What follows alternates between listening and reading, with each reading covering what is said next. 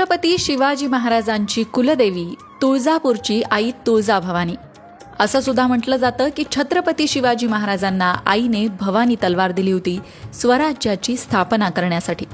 महाराजांनी आई तुळजाभवानीच्या आशीर्वादानेच स्वराज्य स्थापनेच्या महायज्ञाला सुरुवात केली होती।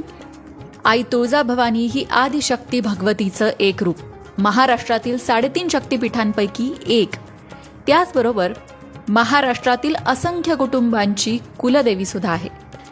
आई तुळजाभवानीची मूर्ती काळ्या पाषाणाची असून तिच्या हातात खड्ग, त्रिशूल, धनुष्यबाण आणि इतर शस्त्र आहेत। देवीचं रूप अतिशय भव्य आणि तेजस्वी आहे।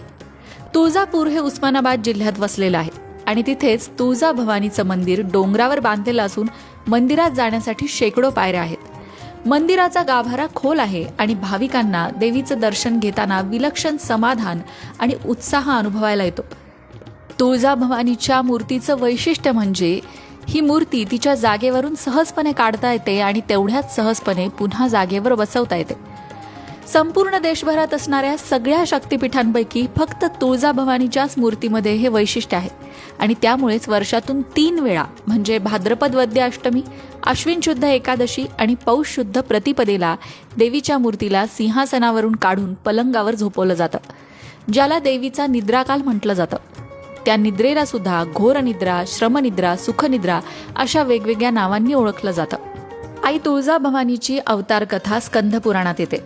त्या कथेनुसार कृतयुगामध्ये कर्दम ऋषी नावाचे ऋषी होते आणि त्यांची पत्नी होती पतिव्रता अनुभूती। कर्दम ऋषींच्या मृत्यूनंतर पत्नी अनुभूतीने नदी किनारी कठोर तपश्चर्या सुरू केली। ती तपश्चर्या करत असताना कुकुर नामक दैत्याने तिच्या तपाचा आणि पावित्र्याचा भंग करण्याचा प्रयत्न केला। संकटसमयी अनुभूतीने भगवतीचा धावा केला। आदिशक्ती भगवतीने त्वरित येऊन अनुभूतीचं रक्षण केलं, दुष्टांचा संहार केला, दैत्यांचा वध केला। भक्तासाठी त्वरित धावून येणारी त्वरिता, त्याचंच पुढे तुळजा असं नाव झालं। इतकंच नाही तर त्रेतायुगात प्रभू रामचंद्र वनवासात असताना सीतामाईचा शोध घेत होते तेव्हा सुद्धा भगवतीने त्यांना दर्शन दिलं होतं आणि सीतामाईचा शोध लवकरच लागेल असा आशीर्वादही दिला होता।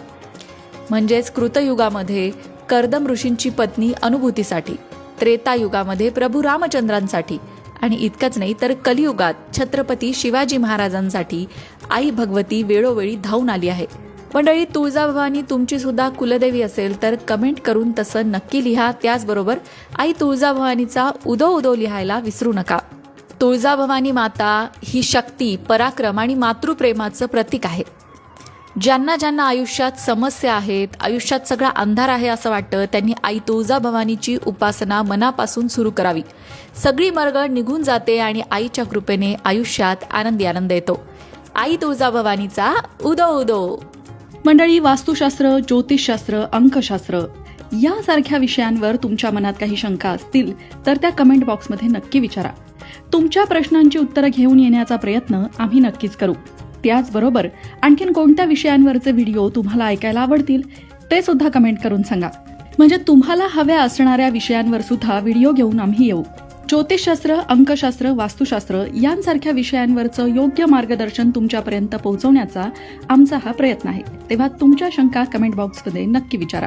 अशाच प्रकारच्या माहितीपूर्ण व्हिडिओंसाठी लोकमत भक्ती चॅनलला सबस्क्राईब करा आणि बेल आयकॉनवर सुद्धा क्लिक करा, म्हणजे आमच्या नवनवीन व्हिडिओचं नोटिफिकेशन तुम्हाला मिळत राहील।